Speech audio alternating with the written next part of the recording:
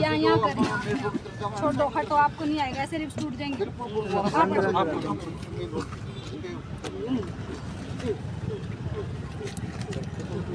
ठीक जाएगा।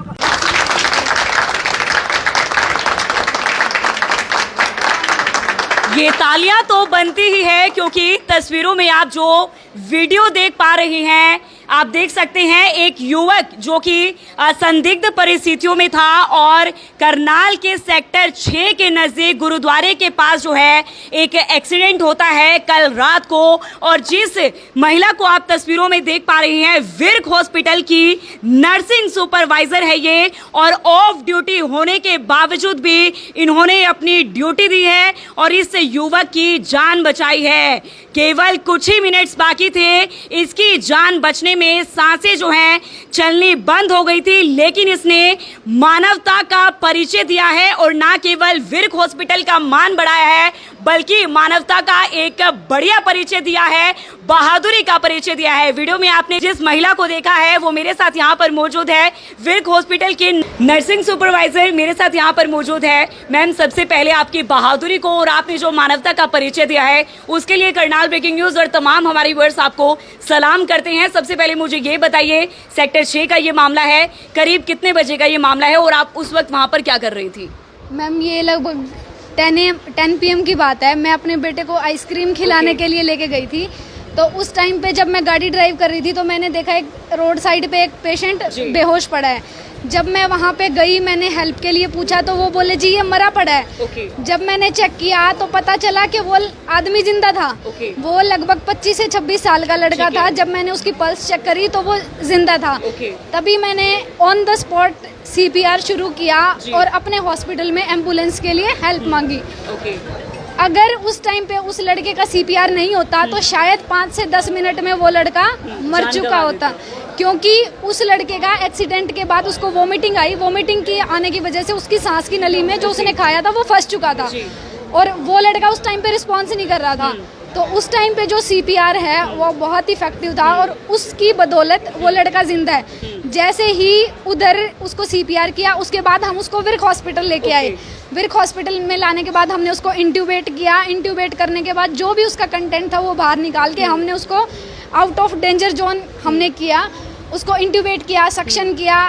बिल्कुल जब वो स्टेबल हो गया फिर हमने उसको कल्पना चावला में रेफर किया। उस समय आपके साथ कौन कौन था? पुलिस की टीम में डायल 112 मौजूद थे वहाँ पर? हाँ जी मैम, जब तक मैं वहाँ पे गई उससे पहले जो वहाँ पे आदमी मौजूद थे उन्होंने 112 पे कॉल कर दिया था।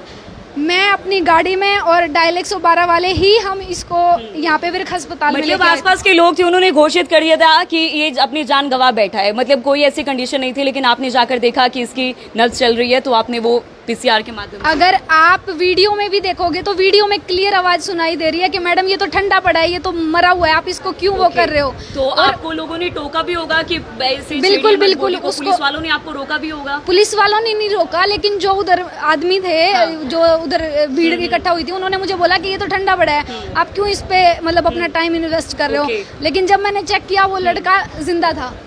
हाँ जी। तो कभी ऐसी सिचुएशन आपके साथ पहले आई है या पहली बार ऐसा हुआ है? आपने अपनी जिंदगी में काफी मेहनत की होगी यहाँ तक पहुँचने में, आप विर्क हॉस्पिटल में अपनी सेवाएं दे रही है, कोई ऐसा मामला पहले सामने आया ये फर्स्ट टाइम था? Ma'am, out of hospital first था, लेकिन मतलब हॉस्पिटल में ड्यूटी के टाइम पे तो बहुत जानें बचाई हैं।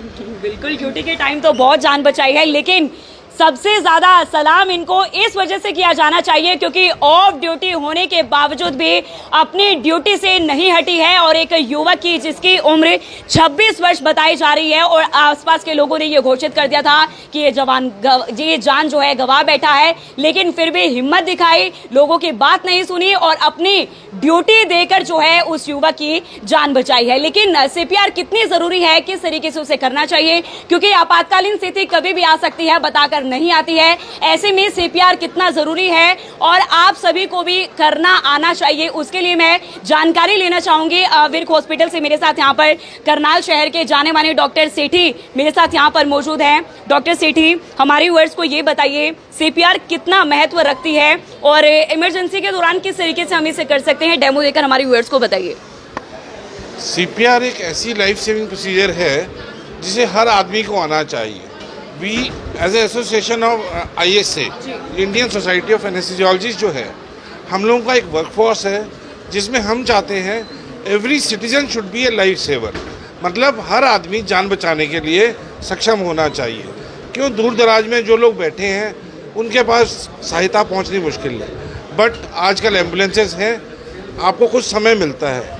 कोई भी व्यक्ति अगर सीखना चाहता है, हम विर्क हॉस्पिटल में सर्टिफाइड ट्रेनर हैं यहाँ पर। मैं डॉक्टर सुनील सेठी और डॉक्टर ललित। CPR आदमी के ब्रेन को ऑक्सीजन पहुँचे और हार्ट को पंपिंग रहे, ये बड़ा क्रिटिकल टाइम है।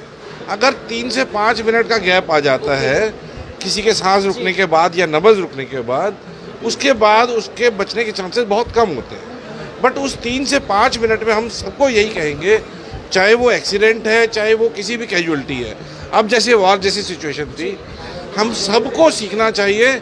इसमें बेसिक स्टेप्स हैं जो मैं आपको डिमॉन्स्ट्रेट करूँ। मैं डिमॉन्स्ट्रेट बिल्कुल, यहाँ पर देखिए डॉक्टर साहब आपको लाइव डेमो देकर दिखा रहे हैं। अगर कोई भी ऐसी आपातकालीन स्थिति आती है तो आपको CPR करना आना ज़रूरी चाहिए, क्योंकि वहाँ पर देखिए डॉक्टर्स जब तक पहुँचेंगे, जब तक एम्बुलेंस वहाँ पर पहुँचेगी, जब तक युवक को या किसी भी ऐसे पेशेंट को वहाँ से उठाकर अस्पताल तक पहुँचाया जाएगा, तब तक हो सकता है कि युवक अपनी जान गंवा दे। लेकिन यहाँ पर आप सभी के लिए ये महत्वपूर्ण वीडियो रहने वाला है, इसलिए मेरी आप सभी लोगों से अपील रहेगी, जितने भी लोग इस वीडियो को देख पा रहे हैं तुरंत इसे शेयर कीजिएगा।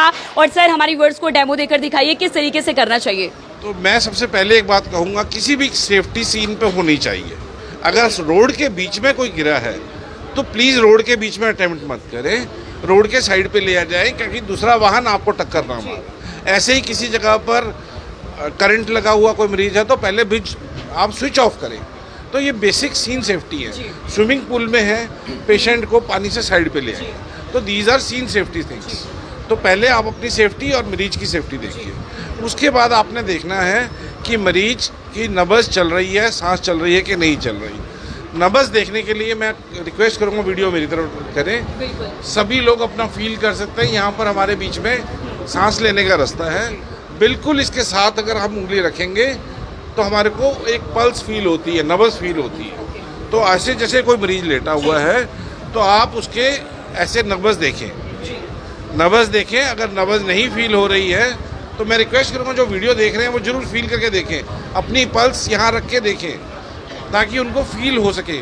अगर नहीं पल्स फील हो रही है, आपको लग रहा है कि पेशेंट नहीं रिस्पॉन्ड कर रहा है, आप आवाज़ मार के पूछ सकते हैं, भैया आप आँख खोलो, भैया आँख खोलो, भैया आँख खोलो। नहीं खोली, इसका मतलब पेशेंट रिस्पॉन्ड नहीं कर रहा है, बट आपने देखा नब्ज़ है। इसके बाद तुरंत आप एम्बुलेंस पे कॉल करें। आपके फ़ोन में एक सुविधा है इमरजेंसी कॉल, चाहे वो पुलिस में जाए चाहे वो एम्बुलेंस पे जाए। आप बता सकते हैं कि मैं GT रोड पर स्टार हेल्थ के पास खड़ा हूँ, वहाँ पर एक्सीडेंट हुआ है, एक व्यक्ति है या 4 व्यक्ति हैं, ताकि जो एम्बुलेंस आए वो 4 व्यक्तियों के हिसाब से आए या जितनी ज़रूरत है। मास कैजुअलिटी में मास एम्बुलेंसेस चाहिए। तो आपने जब इंश्योर कर लिया, आपने फ़ोन पहले करना है, काटना नहीं है, उसको पूछना है कि यहाँ का एड्रेस और इतने आदमी हैं, सो दैट आपको मैन पावर ठीक मिले। उसके बाद आपने बिना इंतज़ार किए हुए, मैं रिक्वेस्ट करूँगा दोबारा, जब आपने कैरोटिड पल्स देख ली, पल्स नहीं आ रही है, तो अपने यहाँ से फील करिए, पेट में जहाँ शुरू होता है ऊपर इसके हड्डी है, यहाँ दिखाएंगे, यहाँ से आप देखेंगे ये पेट कैसे आ रहा है सभी के। तो यहाँ से आपने 3 उंगली ऊपर, अराउंड 3 उंगली ऊपर, दिल ना राइट को है ना लेफ्ट को है, आपने हार्ट के बिल्कुल बीचों बीच, इधर इस हड्डी के बीच में, ना आपने राइट को जाना है ना लेफ्ट को जाना है, बिल्कुल बीचों बीच चलाना है। और आप ध्यान रखें नीचे की जो सतह है वो सख्त हो, ज़्यादा दबदबी ना हो, जिसपे कंप्रेशन अच्छी हो सके। तो आपने क्या करना है, पेशेंट को कंफर्टेबल रखना है। फ़ोन आपने ऑलरेडी कर दिया हुआ है हेल्प के लिए, आपने लॉक करने हैं ऐसे बीचों बीच, सिर्फ 3 उंगली ऊपर। और आपने ध्यान रखना है कि आपकी एल्बोस और शोल्डर बेंड नहीं हो, बेंड नहीं होने चाहिए। तो मैं प्लीज़ रिक्वेस्ट करूँगा, और आपने बड़ा फास्ट करना है। इट इज़ 100 कंप्रेशंस पर मिनट, क्योंकि आप रोड साइड पे हैं। हॉस्पिटल में CPR डिफरेंट होता है, बट हॉस्पिटल में नहीं है तो रोड साइड पे आपको सिर्फ कंप्रेशंस करनी है। तो कंप्रेशंस के लिए मैं दिखाऊंगा।